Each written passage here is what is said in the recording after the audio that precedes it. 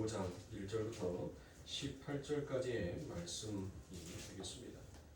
오늘 성경 말씀은 요한복음 5장 1절부터 18절까지의 말씀 중에서 그 중에서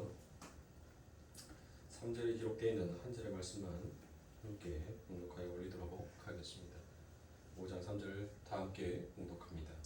그 안에 많은 병자, 맹인, 다리 젖은 사람, 혈기 많은 사람들이 누워 우리 움직임을 기다리니. 아멘. 자, 38년 된 병자의 치유다라는 말씀을 가지고 여러분들과 두 번째 시간을 함께 가도록 하겠습니다. 그래서 우리가 지난 시간에 여러분들과 함께 나누었던 말씀들을 잠깐 한번 되새김질하면서 여러분들과 말씀을 이어가도록 하겠습니다. 자, 1절에서 보면은 그냥 명절이다라고 그와 같이 말하지 아니하고 이 요한은 유대인의 명절이다라고 그와 같이 얘기합니다. 이 유대인의 명절에 예수님께서 예루살렘에 올라가셨다라고 그와 같이 되어 있습니다. 그러니까 지금 이 유대인들의 명절은 여러분들 무엇을 나타낸다라고 그랬죠? 유대인들의 명절. 유대인들이 지키는 3대 절기가 뭐죠? 6월절이 있죠. 7.7절, 오순절이라고도 하고. 자, 이 모든 절기들을 우리는 바로 무엇을 가리키는 것이다 라고 제가 말씀드렸습니까? 안식일을 가리키는 것이다 라고 제가 말씀을 드렸어요. 안식일. 그러니까 안식일을 공통 인수분해해서 그것을 절기화로 나누어서 지키는 것이 바로 지금 우리도 지키고 있고 이 유대인들도 지키고 있는 명절이라는 거예요. 그러니까 이 모든 절기들에 담고 있는 내용은 바로 안식을 공통으로 하고 있더라라는 것입니다. 그러니까 이 요한은 지금 유대인의 명절이다라는 이와 같은 말씀을 가져다가 지금 무엇을 얘기하고 있습니까? 그 유대인들이 지키고 있는, 그러니까 그들이 하나님의 이름으로 하나님께서 정해준 그 날을 지키고 있는데 그들은 참된 안식의 의미를 무엇인지를 모르고 계속 무엇만을 가져다 가더라고요. 그들은 율법의 행위들만을 가져다가 열심히 그 아버지 하나님을 섬긴다라고 그와 같이 얘기하더라는 것이에요. 그러니까 이 요한복음 5장 1절부터 18절까지의 이 38년대 병자의 치유 사건은 결국 율법과 복음의 대조다라는 이 사실을 여러분들의 머릿속에서 잊어버리지 마시고 지금 요한은 계속 율법이냐 복음이냐 그 율법에 의해서 너희들이 구원이 과연 이루어지느냐 그럴 수 없다라는 것을 지금 이 글을 읽는 독자들에게 어필해 주고 있는 거예요. 그러면서 2절에서 무엇을 설명합니까? 바로 우리가 너무나도 잘 알고 있는 베데스다라는 곳이 등장하죠. 이 베데스다는 바로 무엇이다라고 되어 있죠? 그 앞절에 양문이다라고 되어 있죠. 양문. 그렇죠. 그 양문 곁에 지금 누가 서 있다는 거예요? 바로 예수 그리스도가 서 있다라고 이야기를 하는 겁니다. 예수 그리스도가. 그러면 왜 여러분들 지금 이 예수 그리스도께서 그 양문 곁에 서 있다라는 말은 결국 무엇을 나타내는 거예요? 이 양문이라는 것은 이 유대인들에게 있어서는 굉장히 중요한 문이었다라고 제가 말씀을 드렸죠. 느헤미야 3장 1절에서 그들이 성곽을 재건할 때 제일 첫 번째 문을 만들었던 것이 어디였어요? 양의 문이에요. 양의 문을 여러분들 기점으로 해서 예루살렘 성벽을 이렇게 쭉 만들어 간단 말이에요. 그러니까 여러분들 느헤미야에서 보면은 예루살렘 성벽의 그 출발점이 어디에서부터 출발한다 그래요? 양문에서부터 출발한다고 하죠. 그 양문에서부터 쭉 출발을 해서 여러분들 결국 또 어디로 여러분들 끝나는 거예요? 양문으로 끝나는 거예요. 양문으로. 그 양문 바로 맞은편에 있는 문이 바로 무슨 문? 옆에 있는 문이 무슨 문이에요? 한미감 문이다라고 되어 있어요. 한미감. 자, 보세요. 예수님께서 지금 양문 곁에 서 있다라는 것은 무엇이에요?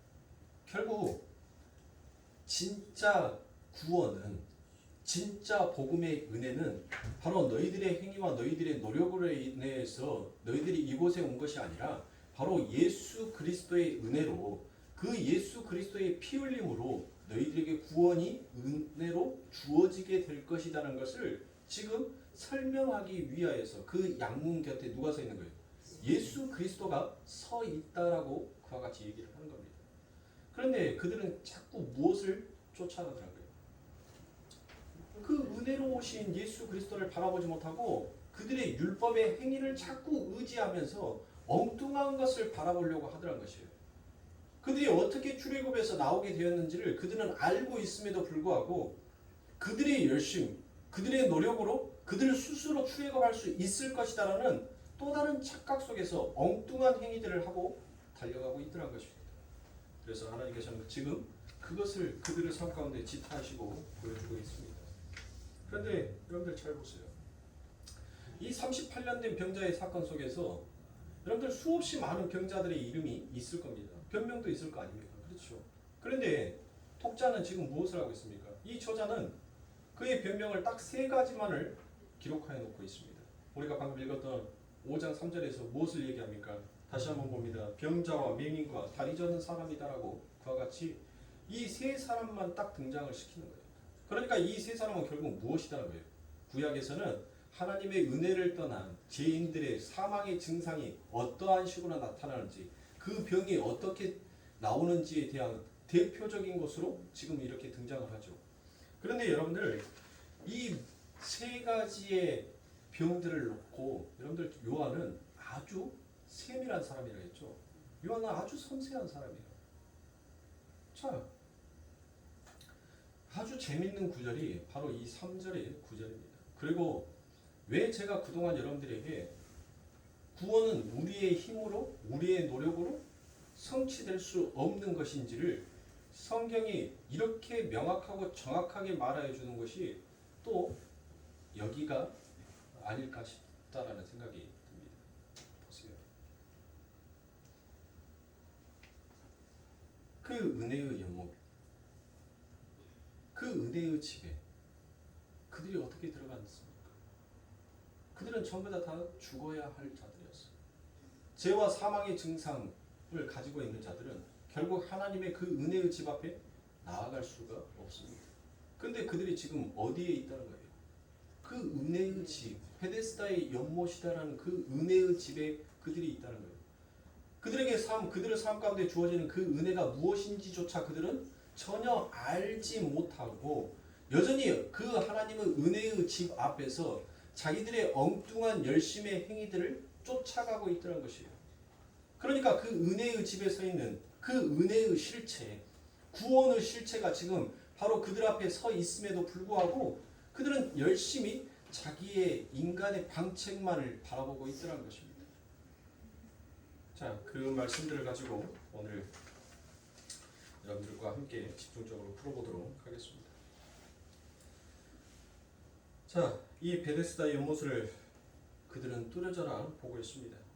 베데스다 연못은 인간이 스스로 세워놓은 인간의 방책입니다. 그런데 거기에 은혜의 본체이신 예수 그리스도가 계시더란 것이에요. 그들에게는 은혜를 부어주시는 예수님을 바라봐야 하는데 그들은 여전히 그 예수를 바라보는 것이 아니라 여전히 세상을 바라보고 있다는 것입니다. 그 세상을 바라보는 것, 그 베데스다의 연못을 바라본 것은 결국 무엇이었어요? 자기 스스로의 힘으로, 자기의 힘으로, 자기의 노력으로, 자기의 열심으로, 자기의 행복을 찾아보겠다라고 그와 같은 그들의 눈짓이었었어요. 그들의 행위였던 거예요. 그런데 하나님께서는 그들의 행위에 대해서 반드시 심판하실 것을 말씀하십니다. 자, 느헤미야 3장 31절에 보니까 그 성전이 재건이 되는데 그 양문이 지어질 때 여러분들 어디에서부터 느헤미야 3장 1절에서 우리가 지난 시간 함께 보았던 것처럼 3장 1절에서 그 양의 문이 출발합니다. 그리고 맨 마지막이 어떻게 지어지는지에 대해서 느헤미야 3장 31절과 32절에서 다음과 같이 얘기합니다. 그 다음은 금장생 말기야가 한빛간 문과 마주대한 부분을 중수하여 느디님 사람과 상고들의 집에서부터 성 모퉁이 누에 이르렀고 성 모퉁이 누에서 양문까지는 금장색과 상고들이 중수하였느니라 라고 이와 같이 얘기합니다. 그러니까 예루살렘의 성벽은 여러분들 무엇을 했다는 거예요?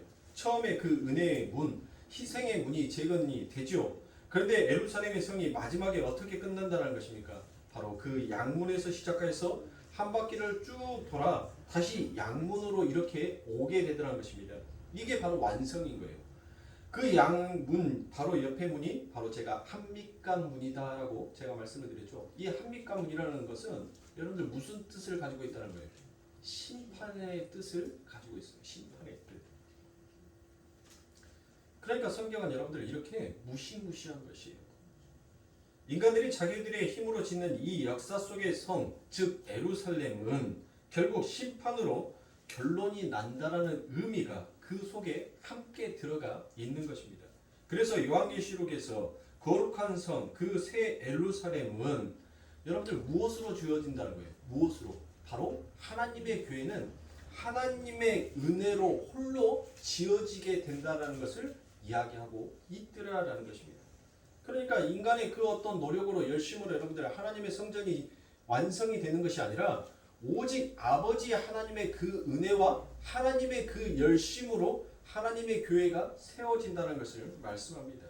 그런데 거기에 인간의 행위가 조금이라도 보태지게 되면 무엇한다는 것이에요? 바로 그것은 한밑간 문으로 끝이 나게 된다는 거예요. 결국 심판으로 끝나게 된다는 것을 성경은 이렇게 명확하게 이야기합니다. 인간들은 그렇게 늘 은혜를 거부합니다. 그러니까 죄인들은 자신들이 무엇인가 할 수 있다라고 늘 그와 같이 자신들의 마음을 여기면서 살아가고 있더란 것이에요. 하나님의 눈에는 그들이 전부 다 무엇으로 보이고 있는 것입니까? 하나님에 대해서 그들이 정말 열심을 내고 있어요. 열심을 내고 있는데 하나님 눈에 그들을 하나님의 눈으로 그들의 행위를 보았었을 때는 그들이 전부 다 하는 행위가 무엇이라는 거예요? 오늘 5장 3절에서 맹인과 다리 저는 사람과 혈기 많은 사람들이 있다라고 그와 같이 기록이 되어 있죠. 그러니까 인간의 열심으로 무엇인가 열심을 동요하고 있지만 그 모든 것들이 하나님의 눈에는 바로 이와 같은 병자들의 모습으로 보여지고 있더라라는 것이에요. 여러분들 한번 생각해 보세요. 이 요한이 얼마나 재밌는 사람이냐면 이 베데스다의 연못은 여러분들 너무나도 여러분들이 잘 알고 있죠. 그 연못에 물이 동하여 그곳에 들어가면 그 병이 나을 것이다라고 생각을 했단 말이에요. 그렇죠. 많은 사람들이 그와 같은 전설 속에 등장하는 소문들을 들었어요. 하나님은 그렇게 일하시는 분이 아니니까. 그냥 소문에 소문을 듣고 그들이 그 베데스다 연못가에 모였단 말이에요. 거기에는 여러분들 오늘 성경에 기록되어 있는 이 병자들 외에 수없이 많은 병자들이 그곳에 모여 있을 거란 말이에요. 근데 보세요. 인간이 자기의 열심으로 하나님의 구원을 열심히 쫓아가고 있는데 여러분들 무엇하더라고요? 전혀 보지 못하는 자와 똑같다는 것이죠. 왜 그렇습니까? 요한은 첫 번째 그 앞에 무슨 병자를 드러냅니까? 많은 병자가 있는데 맹인이다라고 얘기합니다. 여러분들 생각해 보세요. 한번 우리가 간단하게 생각해 보시라고요. 앞을 보지 못하는 사람이 물이 동하는 것을 어떻게 봅니까? 볼 수가 없다는 거예요. 보지 못하잖아요. 어떻게 보냐고요, 어떻게. 여러분들, 앞을 보지 못하는 사람이 겨우 여러분들 발에 무좀 나 있는 사람을 이길 수 있습니까? 아니, 눈병 나 있는 사람을 여러분들 이길 수 있냔 말이에요. 눈병 나 있는 사람이 그 물에 먼저 물이 동하였을 때 그 물에 들어가서 그 눈을 씻으면 자기의 병이 깨끗하게 나을 것이다라는 그와 같은 얘기와 그와 같은 소문을 듣고 물이 동하기만을 여러분들 요식동 전부 다 기다리고 있단 말이에요. 그럼 여러분들 보세요. 맹인이 그 물이 동하는 것을 여러분들 더 빨리 보겠습니까? 아니면 눈병 환자가 더 빨리 보겠습니까? 눈병 환자가 더 빨리 볼 거 아닙니까? 그렇죠. 자, 그 다음번에 무엇이 나와요? 절름발이라는 사람이 나오잖아요. 다리가 불편한 사람이 여러분들 그 물이 동한다라고 했었을 때 여러분들 보세요. 발가락에 무좀이 있는 사람들, 여러분들 무좀 걸려본 사람들은 아마 아실 거예요. 그것이 굉장히 괴롭고 힘들다라고 그와 같이 얘기합니다. 저는 참 다행히 한 번도 그것을 걸려보지는 않아서 그들의 고통을 잘 모릅니다. 보세요. 다리를 저는 사람이 그 무좀 걸려있는 사람을 어찌 이길 수가 있겠습니까? 절대 이길 수가 없어요. 이길 수가 없단 말이에요.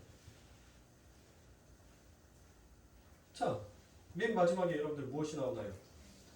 자, 혈기 마른 사람이다라고 되어 있죠. 이 혈기 마른 사람이 우리 옛날 성경에는 무엇으로 기록이 되어 있냐면 중풍병자다라고 그와 같이 기록이 되어 있습니다. 그리고 또 역시 헬라어에서도 이 단어 혈기 많은 사람을 크세로스라고 해요. 크세로스. 이 크세로스가 바로 그 뜻을 해석해 보면 중풍병자라고 그와 같이 번역이 됩니다. 그러니까 그중 여러분들 알고 계시면 돼요. 자, 몸을 전혀 움직일 수 없는 사람이 머리에 부스럼이 있는 사람들을 여러분들 이길 수가 있어요? 없잖아요. 없단 말이에요. 보세요. 어떤 사람을 막론하고 자기가 걸리고 있고 자기가 가지고 있는 병에 절박하지 아니한 사람이 결코 없습니다. 전부 다 절박해요. 왜요? 다른 사람이 보기에는 에이 그 정도 무좀쯤이야. 아유 그 정도 머리에 비듬 부스러기 정도야. 아 그러건 잘 먹고 잘 자고 약 잘 바르면 금방 나서. 대부분 남의 아픔은 너무나도 가볍게 여겨요. 가볍게. 근데 자기가 겪고 있는 그 고통은 어떻습니까? 굉장히 크단 말이에요. 그 상대가 앓고 있는 병보다도 그 질병보다도 내가 앓고 있는 이 질병이 굉장히 큰 것으로 여긴다. 그래서 여러분들 오늘 이 38년 된 병자도 무엇을 얘기합니까? 예수님에게 무엇을 얘기합니까? 아니 저 물이 동화했는데 내가 먼저 들어가려고 했는데 나보다 다른 사람이 더 빨리 먼저 들어가는 바람에 내가 이렇게 38년 동안 이 자리에 계속 누워 있었습니다라고 오히려 누구의 핑계를 대든가요? 누구의 핑계를? 남의 핑계를 대더라고요. 보세요. 인간의 스스로 자기 스스로 그 율법으로 구원을 완성하려고 하는 자들 여전히 하나님의 이름을 부르고 있으면서도 여러분들 못하더란 거예요. 나보다는 남을 더 뭐 하더란 거예요. 나보다는 남을 더 먼저 생각해 줘야 하는 그 은혜의 집, 하나님의 그 은혜의 백성들이 결국은 무엇을 하더란 것입니까? 자기가 먼저다. 자기가. 남이야 죽든지 말든지, 남이야 무엇을 하든지 말든지 나만 먼저 고침을 받는다라는 그와 같은 생각을 하더란 것입니다. 그게 바로 율법을 추구하는 자들의 실상이다라는 것을 요한은 이야기하고 있습니다. 열심히 하나님의 이름을 부르짖어요. 열심히 하나님을 섬긴다라고 하지만 내 삶 가운데 주어지는 문제가 내 형제의 문제보다 내 자매의 문제보다 여러분들 더 크게끔 여기기 때문에 더 괴롭게 여기기 때문에 남의 문제를 너무나도 업신여기면서 시피 여기더라는 것이에요. 그런데 성경은 여러분들 그것을 무엇이더라고 얘기합니까? 형제를 시기하고 질투하는 자마다 전부 다 무엇하는 자다라고 얘기해요? 살인하는 자다라고 얘기해요. 살인하는 자. 시기하고 질투하는 자마다 다 살인하는 자라고. 어느 누구도 그 38년 동안 누워있었던 그 병자를 한 명도 여러분들 그를 위하여서 긍휼을 베풀고 그를 위해서 은혜를 베풀어주는 자가 없더란 것입니다. 여전히 하나님 앞에서 그 형식적이고 율법적인 제사는 열심히 그들이 지켜오면서 정작 그 아버지 하나님의 말씀 속에서 드러나야 할 그들의 삶의 행위는 전혀 드러나지 않다는 것이에요. 하나님께서는 누구를 돌보신다고요? 부자를요? 잘 배운 사람을요? 지식과 권력이 높은 사람을요? 근데 세상의 교회는 여러분들 못합니까? 돈 많은 사람 좋아해요. 잘 배운 사람 좋아합니다. 이름과 명성이 있는 사람들을 좋아해요. 너 어디 출신이니? 보세요. 교회에서 목사를 청빙하고 교회에서 위임 목사를 청빙하는 목사를 들었었을 때 그 청빙하는 목사의 말씀에 대한 중요성이 아니라 그 사람이 어느 대학 출신이며 어디에서 어디까지 공부를 했느냐를 여러분들 먼저 보더란 거예요. 먼저.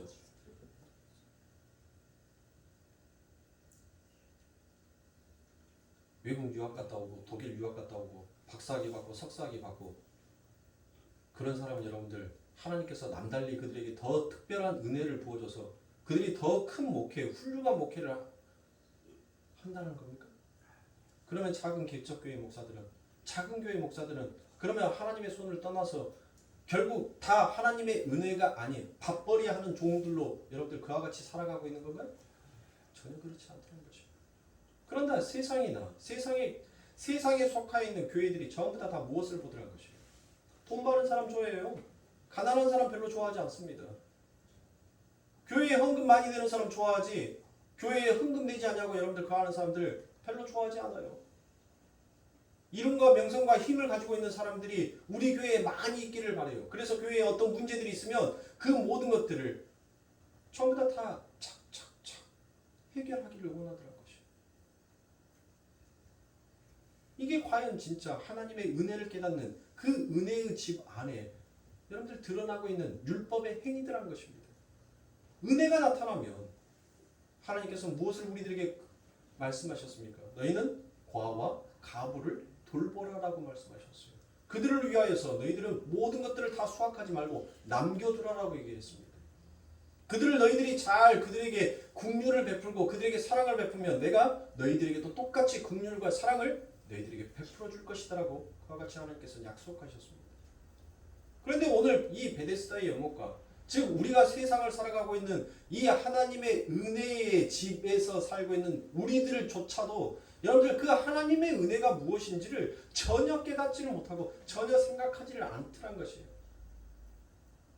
내 천국, 내 구원, 내 믿음, 내 복음, 내 복, 내 즐거움, 내 쾌락, 내 명성.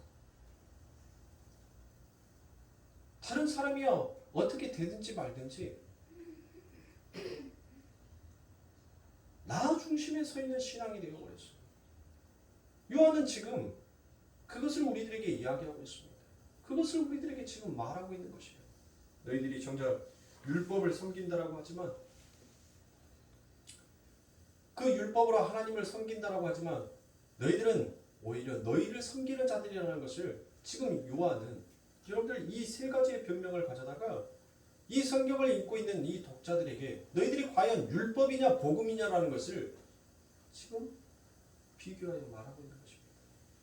너희들의 율법의 행위로, 율법의 열심으로 너희들이 그렇게 쫓아왔건만 결국 너희들 안에서 나오는 것은 결국 무엇이었다고요? 하나님의 사랑이 아니라 결국 너희들의 욕심과 탐심과 탐욕이었다는 것을 밝히고 있는 것입니다. 그걸 말하고 있는 거예요. 성경은 얘기하겠죠. 너희가 너희 형제를 위하여서 수없이 많은 것들을 다 하더라도 그 속에 무엇이 없으면, 그래요, 사랑이 없으면 울리는 꽹과리와 같다라고 하나님께서 말씀하실 거예요. 너희들이 아무리 하나님의 이름으로 율법을 지키고 하나님의 이름으로 열심히 봉사를 하고 열심히 모든 것들을 섬기고 노력한다 하더라도 그 속에 하나님을 사랑하는 마음, 결국 그 하나님을 사랑하는 자는 누구를 사랑하게끔 되어 있다는? 이웃을 사랑하게끔 되어 있다는 거예요.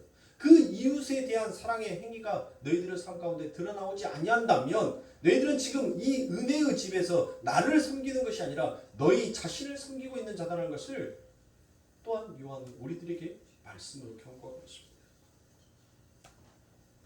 그러니까 여러분들, 우리가 하나님의 은혜의 복에서 충만하지 못하고 우리가 하나님의 그 충만을 누리지 못하는 것은 여러분들 무엇 때문에 그러는 거예요? 무엇 때문에? 지 못난 것은 생각 안 나고 늘 남만 탓하는 거예요. 남만. 내가 먼저 가고 싶었는데, 내가 저 멀속에 먼저 들어가고 싶었는데 다른 사람들이 나를 제껴버리고 먼저 그들이 들어가는 바람에 내가 이렇게 38년이라는 이 세월 동안 여전히 나는 이렇게 누워있을 수밖에 없었다라는, 여러분들 자기 불만, 자기 불평만 늘 늘어놓더라고요. 자기의 자격 없음을 전혀 생각하지 못하다는 것입니다. 자격 없는 자는 여러분들 못해야 됩니까? 38년 동안 누워있었던 이 중풍병자, 그는 그들에게 무엇을 했었어야 했겠어요?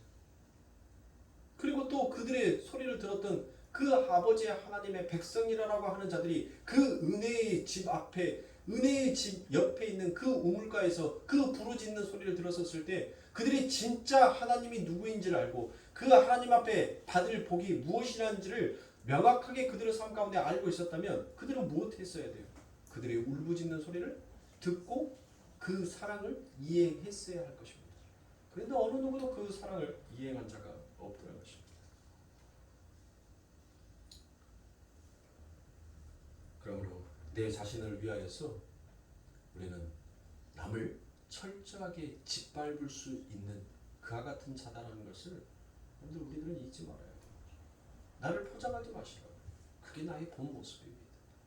언제든지 내가 쳐놓은 그 울타리 안으로 내가 허락되지 아니하는 자가 침범하여 들어오면 우리는 언제든지 그를 쳐서 죽이려고 하는 그와 같은 악독이 우리들 안에 담겨져 있다는 것을 우리들은 알아야 합니다. 내 자신을 포장할 필요가 없어요. 내 자신을 여러분들 과대평가할 필요가 없단 말이에요. 우리는 연약하고 우리는 나약한 자입니다. 그것을 아는 자만이 결국 아버지 하나님 앞에 여러분들 그 사랑의 긍휼과 은혜를 하나님 앞에 간구할 수 있는 것입니다. 그게 바로 38년 된 병자의 모습이요 또한 우리들의 모습입니다. 하나님의 은혜를 떠난 인간들은 그렇게 스스로 행복하게 만들기 위해서 문명을 만들고 열심히 일을 합니다. 자기들의 힘으로 반드시 지상 낙원을 만들 것이다라고 그와 같이 생각하고 또 그와 같은 현실을 꿈꾸며 그와 같은 이상들을 여러분들 이 삶 가운데 드러내기 위해 끊임없이 노력합니다. 그래서 과학을 발전시키고 문명을 발전시킵니다. 그래서 세상에 많은 사람들이 무엇을 쫓아갑니까? 결국 하나님을 쫓아가는 것이 아니라 그 세상의 힘이라고 여겨지는 것들을 쫓아가기 시작하는 것입니다. 돈을 벌기 위해서는 공부를 열심히 해야 하고 열심히 공부한 자는 그 지위를 높여야 하는 것이 마치 이 세상 가운데 그것이 아버지 하나님 앞에 축복을 받은 자의 삶처럼 그와 같이 보입니다. 그러나 그것은 여러분들 허구요 허상이다라고 성경은 이야기하지 않습니까? 여러분들 공산주의 이론은 여러분들 얼마나 여러분들 공산주의 이론을 보십시오. 공산주의 이론처럼 여러분들 정말 완벽한 이론이 어디에 있겠습니까? 그렇죠. 이론상으로는 여러분들 완벽해요. 어느 누구나 계급이 없이 모두 똑같이 공평하게 일하고 공평하게 똑같이 다 나눠 먹자. 그게 여러분들 공산주의가 말하는 그와 같은 이론이지 않습니까?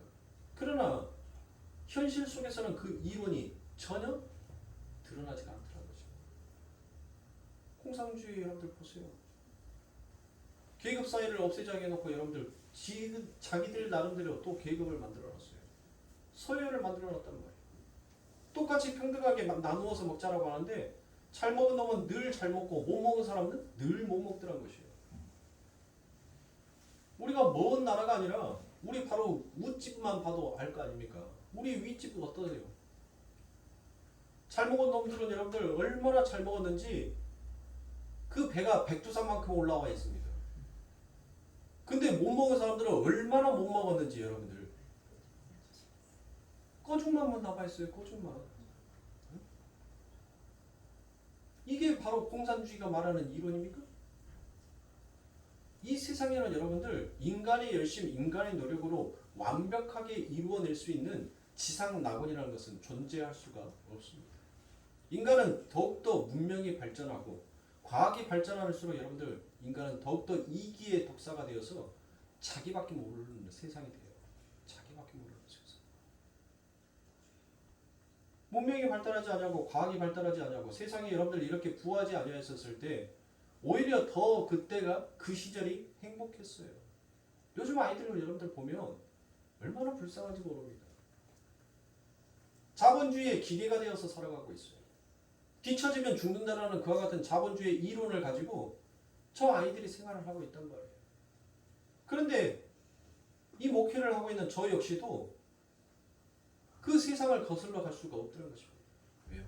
저도 세상에 속해 있는 자고 저도 부모다 보니까 내 자식이 뒤처질까봐 내 자식이 남들과 어울리지 못할까봐 남들이 하는 만큼은 너도 해야 한다라는 그와 같은 생각에 늘 그 자녀들에게 여러분들 강요를 해요. 너에게 주어지는 그 시간만큼 최선과 열심을 다해야 한다라고 늘 강요를 합니다. 네가 최선과 열심을 다했었을 때 그 결과치가 좋지 않다면 네가 그 결과치에 대해서 후회하지 않다면 그러면 된 거다라고 얘기합니다. 그런데 네가 만약에 그 결과치에 대해서 후회가 생긴다면 너는 그 부분에 대해서 네 스스로 방향을 바꿔야 한다라고 제가 항상 얘기해요. 저희 어렸을 때는 어땠습니까? 100점을 맞아왔거든, 빵점을 맞아왔거든. 그거는 나와 그 점수는 나와 전혀 상관없는 일입니다. 집에 와서 책가방 던져놓고 시험지 갖다 던져놓고 여러분들 뭐예요? 밖에서 불러요. 누구야 누구야 하고 불러요. 밤이 늦어가지고 부모님들이 누구야 누구야 동네 여러분들 부르는 소리가 아직도 귓전에 여러분들 여전히 쟁쟁합니다. 흙 묻어있고 코 묻어있는 코가 범벅이 되어 있는 그 모습으로 나무집에 가서 씻지도 아니하는 그 흙탕물 옷으로 그 나무 친구 집에 가서 그 자리에서 여러분들 밥수저 떠서 밥 먹고 있는 그때의 모습이 여러분들 오히려 더 인간적이고 더 그립더라는 것이에요. 세상이 풍요해지고 세상이 살기 좋은 세상이 되어 갈수록 세상은 정말 자기밖에 모르는 이기의 독사가 되어서 살아가고 있다는 것이에요. 남을 위해서 여러분들 전혀 무엇인가를 하려고 하지가 않더라는 것입니다. 제가 그렇게 처음으로 기가 막힌 얘기를 들었습니다. 기가 막힌 경험을 했습니다.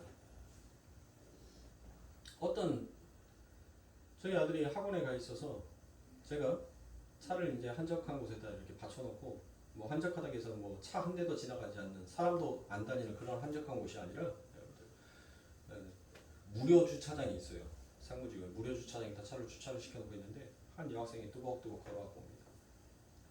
여학생인지 뭐 하는지는 모르겠어요.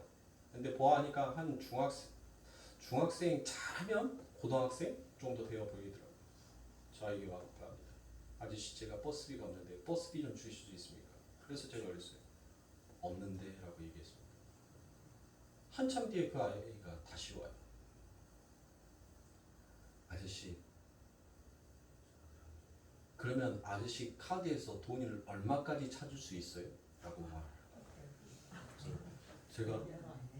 제가 너무 그 아이의 모습에 당돌해서 아가 그런 것을 어른한테 묻는다는 것은 굉장히 신뢰다. 그건 잘못된 거다라고 얘기를 했습니다. 근데 그 아이가 하는 말이 대뜸 뭐라는 줄 아십니까? 제가 지금 10만 원이 필요한데 제가 제 몸을 드릴 테니까 10만 원만 줘주세요. 이게 세상이에요. 그것도 벌건대 나세요.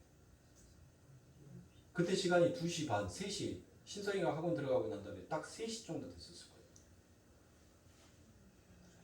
이런 세상입니다. 물질 앞에서 자기의 몸은 아무렇지 않게끔 불려버리는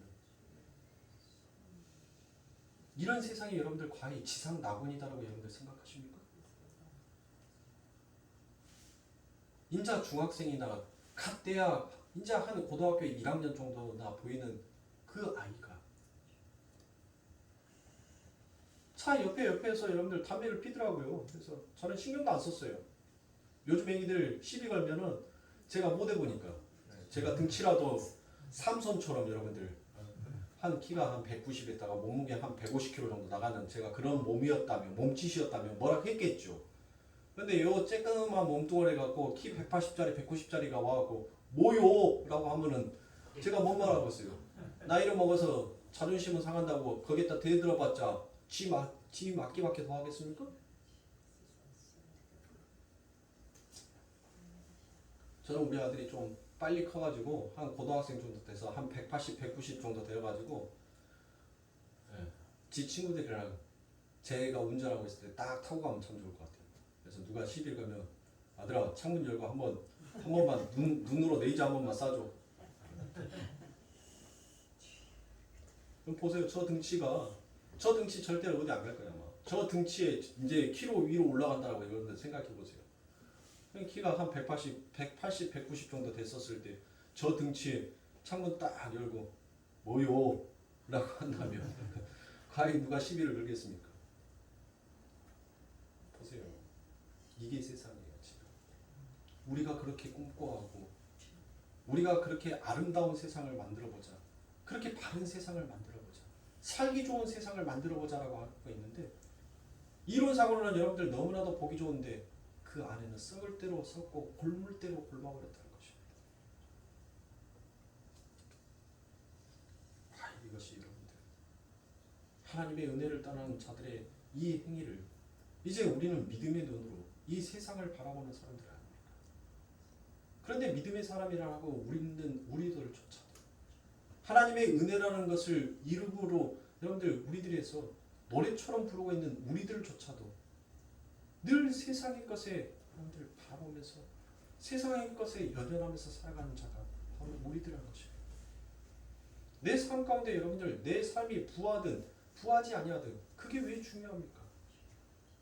내가 이 세상 가운데 세상 사람들이 말하는 성공이와 실패 속에서 내가 실패한 자가 되었다 하더라도 여러분들 그것이 과연 무엇이 중요한 말이에요? 어떤 것이 중요합니까?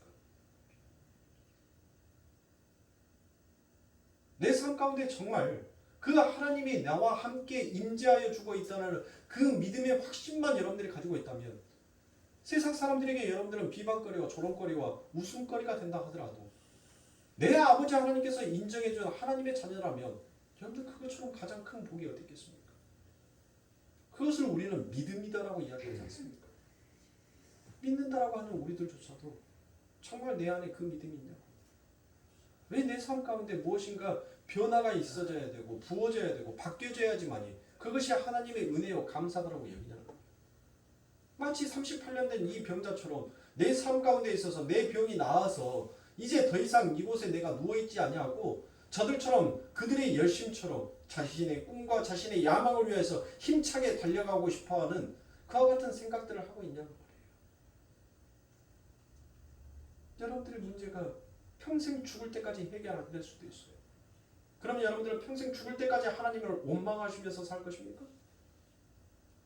여러분들의 기도가 이루어지지 않는 데는 분명 아버지 하나님의 뜻과 계획이 있다는 것이에요.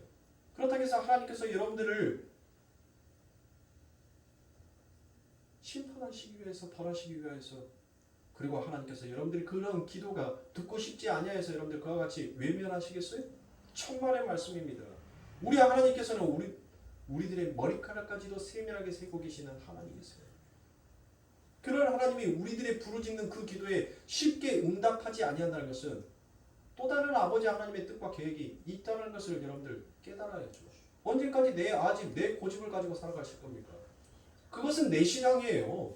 내 아집을 버리고 내 생각을 버리는 것이 그게 진짜 신앙생활이에요. 무엇을 붙들고 살아가냔 말이에요. 하나님의 말씀입니까? 아니면 내가 그동안 지켜오고 들어왔던 율법 속에 있는 신앙의 복음입니까? 도대체 뭘 갖고 가냔 말이에요. 어떤 걸 들고 가세요? 천국은 내 복음, 내가 복음으로 들어갈 수 있는 것이 결코 아닙니다. 천국은 하나님의 복음으로만 들어갈 수 있는 것이에요. 내 복음을 내려놓지 않으냐는데 어떻게 하나님의 복음이 들어오냔 말이에요. 내 생각을 내려놓지 않냐는데 어떻게 하나님의 생각과 하나님의 뜻을 알 수 있냔 말이에요. 내 고집이 있는데 내 생각이 있는데 여러분들 한번 생각해 보세요. 내가 이것을 먹어야 되겠다라고 생각했는데 남들이 자꾸 그것을 먹지 말라고 해요. 그러면 여러분들 뭐예요? 안 먹어요? 결국 먹어요. 끝까지 내 생각, 내 고집 안 굽힌단 말이에요. 내가 뭘 해야 되겠다라고 생각하면 누가 천하 없이 말한다 하더라도 안 듣는단 말이에요. 안 들어요. 내 고집이 있으니까 내 아집대로 하는 거예요. 그러면 그것은 뭐 하는 거예요? 내 인생 사는 거예요. 내 인생. 결국 자기를 위해서 사는 거예요.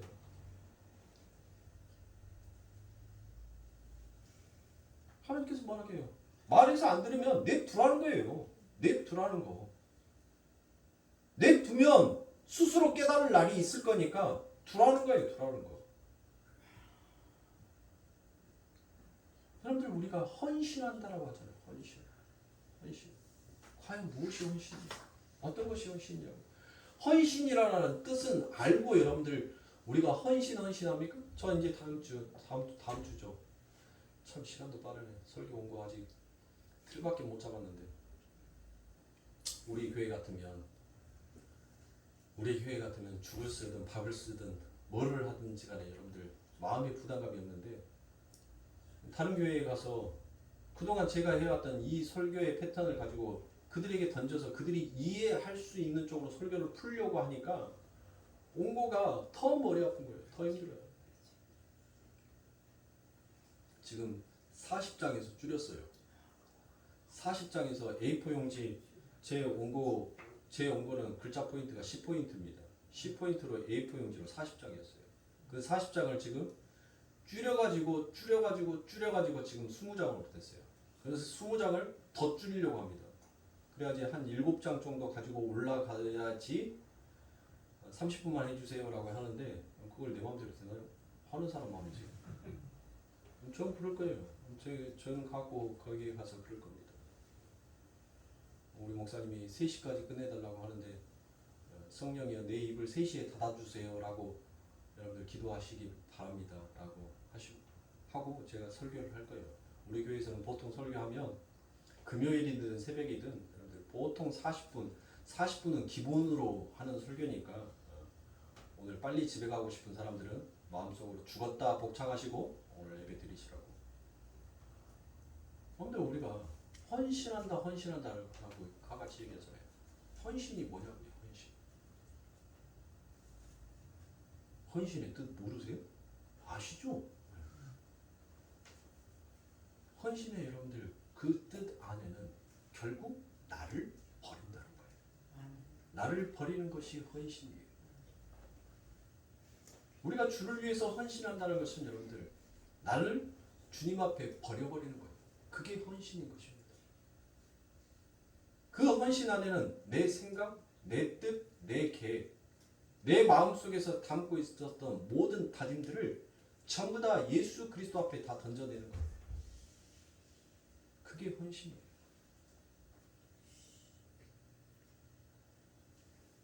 그런데 과연 우리가 그러하다.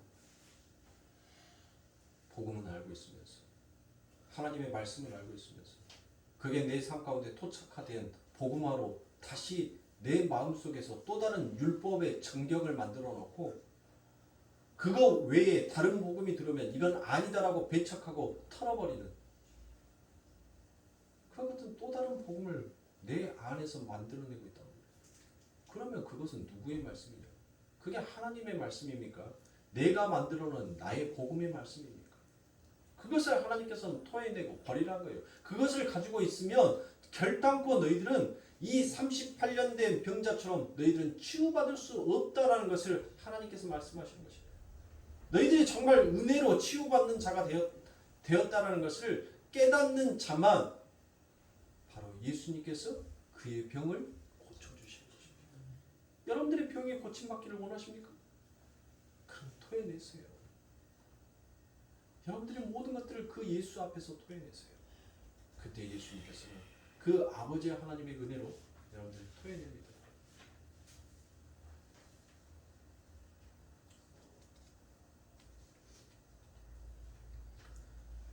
왜 여러분들 이 성경에서 38년 된 병자 이 이야기가 왜 여러분들 왜 굳이 그 수많은 사람들 속에서 이 38년 된 병자라는 이 사람이 왜 등장을 했을까요? 왜 요한? 바로 요한은 신명기 2장 14절에 기록되어 있는 이 38년이라는 이 기간을 가져다가 지금 또 다른 이야기를 우리들에게 던져주고 있습니다. 신명기 2장 14절에 보니까 가데스 바네아에서 떠나 세렙 시내를 건너기까지 38년 동안이라 이때에는 그 시대의 모든 군인들이 여호와께서 그들에게 맹세하신 대로 진중에서 다 멸절되었나니라고 되어 있습니다. 이스라엘이 애굽을 나와서 시내산에서 하나님의 율법을 받고 가데스 바네아에서 12정탐꾼을 가나안에 파송을 하지요. 자, 왜 38년인가라는 것을 여러분들 압니까? 왜 38년인지 아세요? 그냥 성경에 38년이라고 되어 있으니까 그냥 38년인 줄 아시죠? 왜 38년인가 하면 이 이스라엘 백성들이 아버지 하나님으로부터 율법을 받은 그것을 기점으로 해서 그 연수를 쉬어보니까 38년이라고 해요. 38년. 율법을 받은 이후의 삶을 바로 계산한 것이 38년입니다. 그렇게 12명의 정탐꾼을 가나안에서 파송하는데 갈렙과 여호수아를 제외한 이스라엘의 정탐꾼 10명은 모두 다 무엇이다라고 얘기합니까?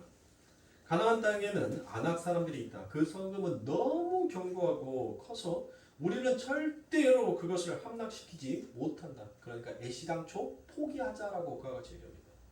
그랬더니 전 이스라엘이 어떻게 이야기합니까? 그들이 전부 다 통곡을 하더라는 것입니다.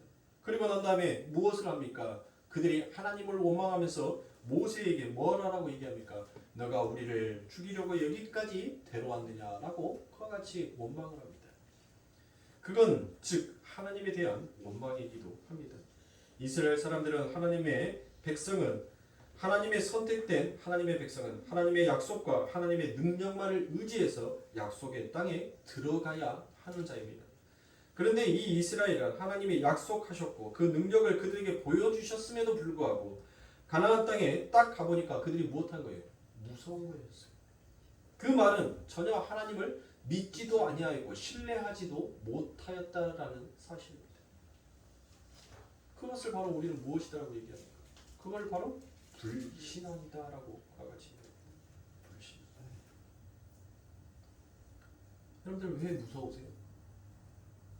어떨 때 여러분들의 삶 가운데 짐처럼 느껴지실 때가 있습니까?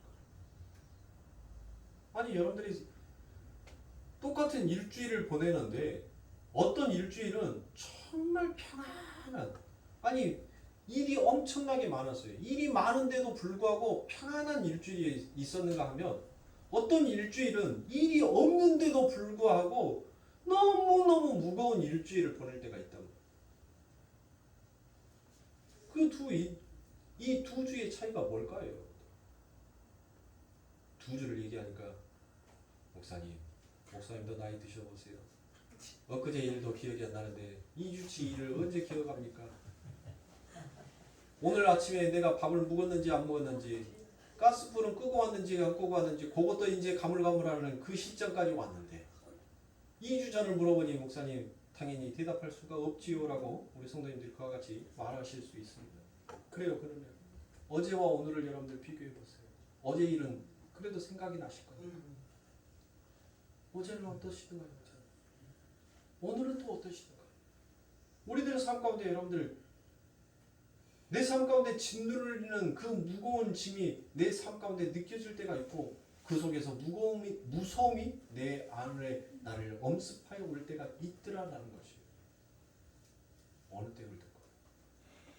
바로 하나님 내가 해보겠습니다라는 그 고백을 했었을 때 내 삶 가운데 그 모든 것들이 짐으로 여겨지고 무서움으로 여겨지고 답답함으로 여겨지더라고요. 모든 것을 하나님 앞에 맡길 때는 똑같아요. 내 일상이 여러분들 바뀌는 것은 없어요. 저도 마찬가지입니다. 저도 다람쥐 쳇바퀴 돌듯이 여러분들 그 일주일이 똑같아요. 하나도 바뀐 것이 없이 똑같습니다. 먹는 음식까지도 때로는 똑같을 때가 있어요. 전번주 일주일 동안 먹었던 음식이 2주 일주일 동안 먹는 음식과 똑같을 때가 있어요. 한 번도 그 식단이 바뀌지 아니하고 똑같은 레파토리로 흘러갈 때가 있단 말이에요. 첫 번째는 귀찮아서. 이제는 뭘 만들어 먹는다는 게 귀찮아요. 그냥 쉽게 사 먹고 갖다 버리는 것이 오히려 더 편해졌어요. 귀찮을 때가 있더라고요. 좀 귀차니즘이 들어와서 지금은 웬만하면 좀 사 먹어버립니다. 힘들어요.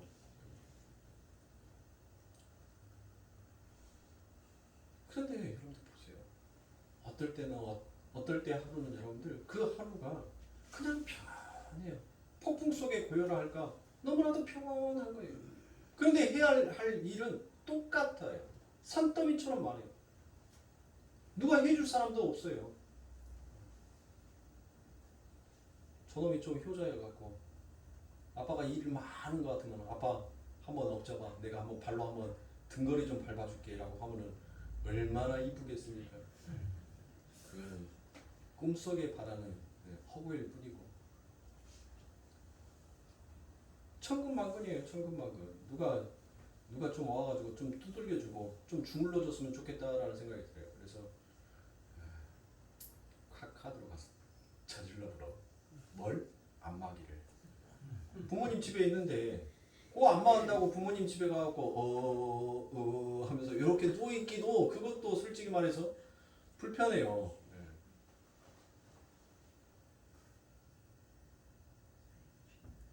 하나 그냥 확 저질러서 아들한테 매번 등 밟아달라 하기도 귀찮아고 또 밟아달라 하면은 또 힘이 마음을 다하고 뜻을 다하고 정성을 다해서 지 아비를 좀 밟아주면 좋은데 저 60kg가 되는 몸무게가 올라와서 그냥 드그드그 한 것은 100m 달리기를 한번 하고 됐지? 하고 푸룩 가버리면 이거는 풀리는 것이 아니라 온 몸뚱아리가 더 아파버려요. 그럽니다.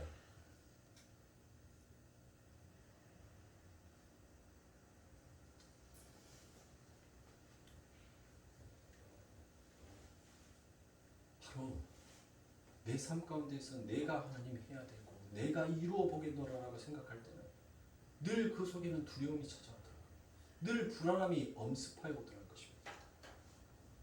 하나님을 신뢰하지 못하는 인생에 찾아오는 그 초조함, 그 무서움은 이루 말할 수가 없어요. 그래서 하나님의 백성들은 하나님의 품에 늘 안겨 있어야 해요. 그리고 그 하나님이 나를 다스리고 있다는 그 사실이 왜 내 삶 가운데 축복인지를 우리는 철저하게 이 땅에 살면서 배워야 하는 것입니다. 그걸 느껴야 하는 거예요.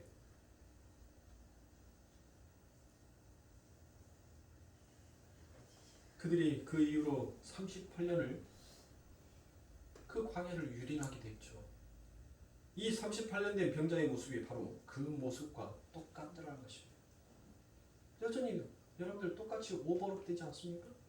이 두 가지의 말씀이 똑같은 하나의 그림처럼 여러분들 한 장면으로 정확하게 딱 포개져 있지 않으세요? 똑같다.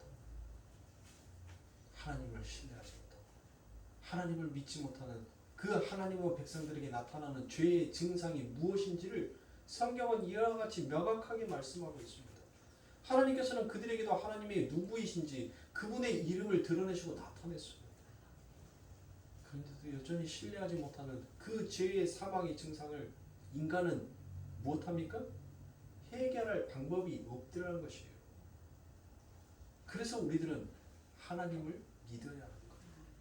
그 아버지 하나님께서 주신 그 믿음 앞에 우리는 감사해야 하는 거예요. 그것을 은혜로 정말 우리가 찬송할 줄 알아야 하는 것입니다. 그것을 모르면 여러분들 뭐 하는 거예요? 짐승 새끼보다도 너무 못하는 놈이에요. 우리가 이소보아에서도 얘기 나오잖아요. 은혜 갚은 까치의 얘기도 나오잖아요. 한낱 미물보다도 더 못하는 그와 같은 짐승보다 더 못한 짐승이 되는 것이 바로 하나님의 은혜를 저버리고 사는 자들인 것입니다.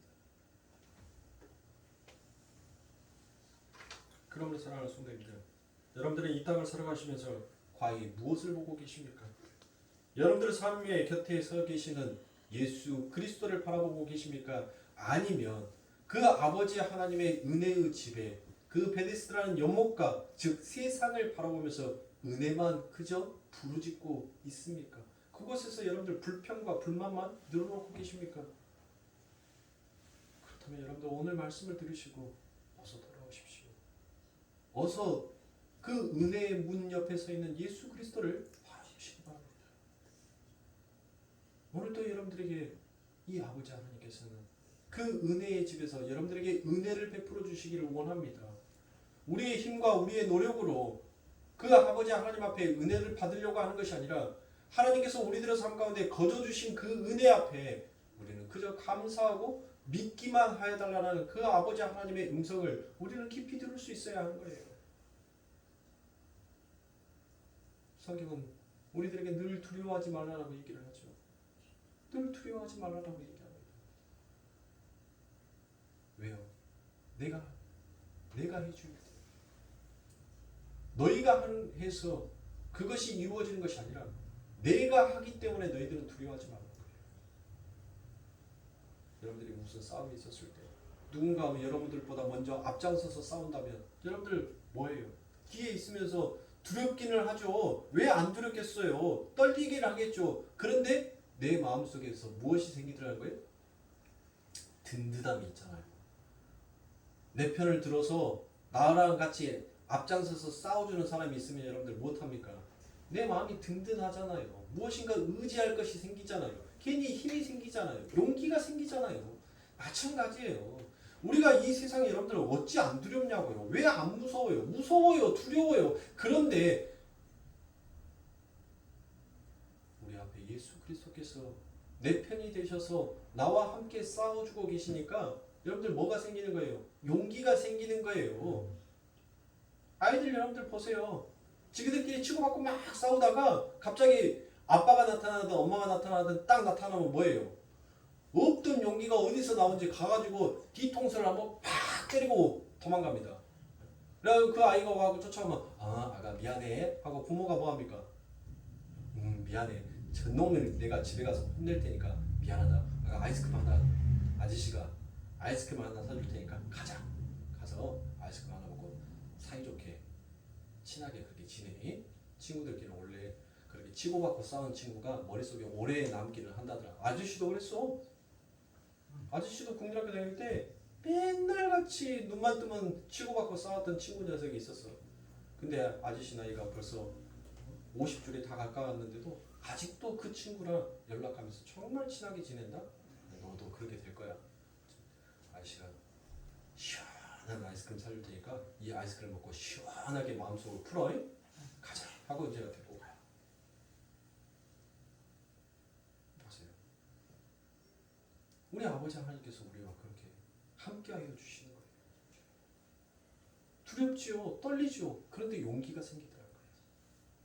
이길 수 있는 용기와 자신감이 생기더라는 것입니다. 사랑하는 성도님들, 그 용기로 살아갔어요. 그럼 여러분들 승리하시는 거예요. 제가 4년 동안 이제 5년째 목회를 하면서 여러분들 제가 보여지는 현실 속에서 때로는 인간의 생각이 들어왔을 때 여러분들 제가 안 두려웠겠어요? 생각이 복잡하지 않았을 때가 있겠냔 말이에요. 복잡해요, 생각이. 생각도 많아지고 두렵기도 하고. 그런데 그 모든 생각들을 하나님 앞에 맡기면 그 두려움이 배짱으로 바뀌는 것이에요. 우리 전도사님 항상 저한테 얘기하는 말이 있어요. 교회 문제 갖고 항상 스파크가 불꽃이 많이 좀 튀기기도 하는데 우리 전도사님 저한테 항상 하는 말이 도대체 무슨 배짱인지 모르겠다고 그래요. 살다 뭔 배짱으로 그렇게 목회를 하는지 모르겠다고. 저는 그랬어요. 제 마음속에서. 죽을 쓰든 밥을 쓰든 하나님이 알아서 책임지십시오. 하나님. 모으시는 이도 하나님이시오. 흩으시는 이도 하나님이시니까 하나님이 하시라고. 이 교회 설립될 때까지 하나님 내 노력, 내 힘 하나라도 보태졌습니까? 하나도 보태진 거 없습니다. 내 마음대로 내 뜻대로 된 거 하나도 하나님 없습니다. 그런데도 하나님 뜻도 계획도 비전도 없었던 저를 아버지 하나님께서 이 단에 세워놓으시고 그 아버지 하나님의 비전과 아버지 하나님의 뜻과 계획으로 하나님께서 운영해 가시니 하나님 내가 두려워할 것이 무엇입니까? 내가 무서워할 것이 무엇입니까? 하나님께서 내게 맡겨주시는 일 저는 그것만 열심히 하겠습니다. 그게 뭐예요? 목사에게 하나님께서 맡긴 일은 뭐예요? 오직 말씀이에요. 오직 말씀. 오직 말씀으로 아버지의 양들을 올바른 길로 인도할 수 있게끔 하는 것. 그게 바로 목회자가 해야 할 일입니다. 여러분들을 잘 다스리는 거요? 제가 아무리 관계성에서 여러분들에게 어떤 말을 하더라도 여러분들은 여러분들이 갈 길 가요. 제 말입니까? 성경에 기록되어 있잖아요. 각기 제 길로 가는다. 다 제 길 따라서 가요. 아무리 목회자가 뭘 해라 해도 이미 자기가 세워놓은 계획이 있으면 그 계획대로 움직여요. 그래놓고 난 다음에 뭐라 합니까? 목사님 왜 그때 안 말해줬어요? 왜 그때 기도해서 하나님 그것을 끊게 해달라고 하지 않았어요? 저는 그런 말 듣고 싶지 않아요. 그래서 오직 말씀에만 전념합니다. 저는 제가 항상 전도사님이 저한테 말씀하는 게 그거예요. 말씀도 물론 중요하지만 사람과 사람의 관계성이라는 것이 중요하니까 그 관계성을 잘 유지할 수 있게끔 좀 이렇게 유대 관계를 형성했으면 좋겠다라는 그런 말씀을 하세요. 그래서 제가 그랬어요. 때가 되고 필요하면 부르겠지. 안 부르는데 내가 뭐하는데 자처해서 내가 그들에게 가할 필요가 있냐. 나는 오직 말씀이다. 말씀만 전한다. 나는 다른 거 안 한다. 나는 그래서 신방도 안 하고 나는 어떤 것도 다 안 한다. 원하면 가지. 근데 아직 원하는 사람들이 없고 이 목사를 너무나도 사랑해서 한숨이라도 더 잘하라고. 그 빼빼다 몸뚱아리 잠 못 자가지고 비실비실 되는 저 몸뚱아리 한숨이라도 꿀잠이라도 자서 살 좀 찌라라고 이렇게 좀 편안하게 나를 냅두니까 아니 거기다가 괜히 불씨 날리지 말라고. 그러니까 우리 전도사님 하는 말 뭔 배짱인지 모르겠다. 저한테 항상 하는 말이 있어요. 항상 끝나가면 뭔 배짱인지 모르겠다고. 제 속을 물죠. 님들아 하나님 배짱이요? 하나님 배짱이요?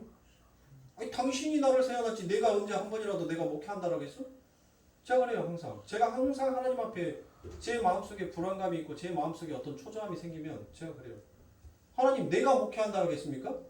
아니 당신이 시켜놨잖아. 그러면 당신이 알아서 해야지. 당신 뜻대로 계획을 얼른 팍팍팍팍 이행해 주시란 말이에요. 어?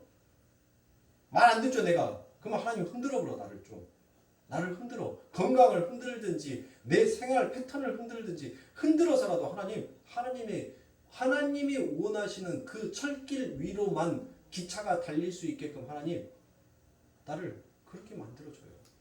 그 철길에서 탈선하는 것은 결국 내 삶 가운데 죽음이다라는 것으로 인식하게 하나님 나를 그렇게 사용해 주세요. 하나님이 세워놨으니까 하나님이 해줘. 교회 이전도 하나님이 해줘. 내가 언제 교회 이전한다라고 그랬어 하나님?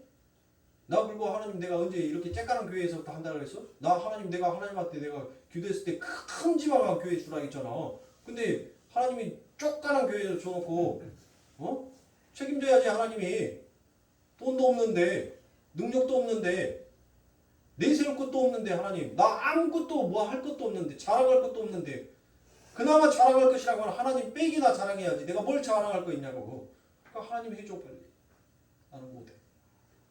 하나님 나는 보여지는 것만 보니까 요것도 이 땅도 하나님 멋지게 보이고 요 교회도 내 교회가 되었으면 좋겠고 저 굴러다니는 성도들이 다 내 성도였으면 좋겠고 하나님 나 이런 사람이니까 내 욕심 내 뜻이 아니라 하나님의 욕심 하나님의 뜻으로 하나님의 교회를 세워가 주시고 나를 그렇게 하나님으로 하나님의 종으로 하나님의 도구로 나를 그렇게 써주세요. 그렇게 하나님 앞에 기도해요. 그 기도를 하고 나면 편안해요. 편안해. 근데 내가 바르르 떨면 될 일도 안 되고 오히려 그 속에서는 모든 잡음과 문제들이 일어나며 그 문제와 잡음이 시끄러움이 되고 그 시끄러움이 나눔이 되고 그 나눔이 결국은 내 삶 가운데 두려움으로 찾아오더라. 그러므로 살아가죠. 정말 우리가 예수를 믿는다면 여러분들이 베데스다의 연못가를 쳐다볼 것이 아니라 그 베데스다 연못가에 서 있는 예수 그리스도를 우리는 바라봐야 합니다. 어느 쪽을 바라보시든 하나님께서는 여러분들을 그대로 두실 겁니다. 그러나 그 끝은 정말 양의 문에 시작해서 양의 문으로 끝나실지 아니면 그 출발은 양의 문으로 시작했지만 그 마지막은 한밑간 문으로 끝이 날지 그것은 여러분들은 마음먹기에 달려있어요. 여러분들이 그 아버지의 하나님을 내가 정말 믿겠노라는 그 열심에 달려있단 말이에요. 그러니 사랑하는 성도님들 힘내세요. 용기 내세요. 우리 아버지 하나님께서 이루시겠다잖아요. 해결해 주시겠다잖아요. 네 질병의 문제, 네 고통의 문제, 네 방법이 아닌 나의 방법으로 모든 것들을 해결해 줄 테니까 너 나 믿고 한번 따라와라고 해서 여러분들 따라간 거 아닙니까? 근데 왜 여러분들의 방법을 택하세요? 하나님의 방법을 택하셔서 하나님의 인도하시는 길로 여러분들이 잘 걸어가시는 우리 사랑하는 성도님들의 삶이 되시길 주님의 이름으로 축원합니다.